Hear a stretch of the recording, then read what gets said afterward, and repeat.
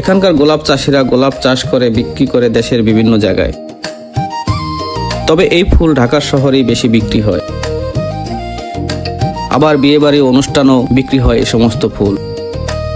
সামাজিক কোনো বড় অনুষ্ঠানও এখান থেকে অর্ডার নিয়ে ফুল নিয়ে থাকেন বিভিন্ন অনুষ্ঠানের মালিকগণ।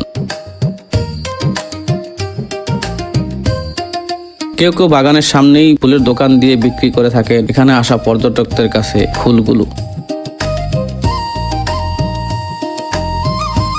আবার কিছু লোক দেখা যায় মাটিতে বসেই বিক্রি করে নানান ধরনের বিক্রেতার কাছে এই সমস্ত সুন্দর সুন্দর ফুলগুলো।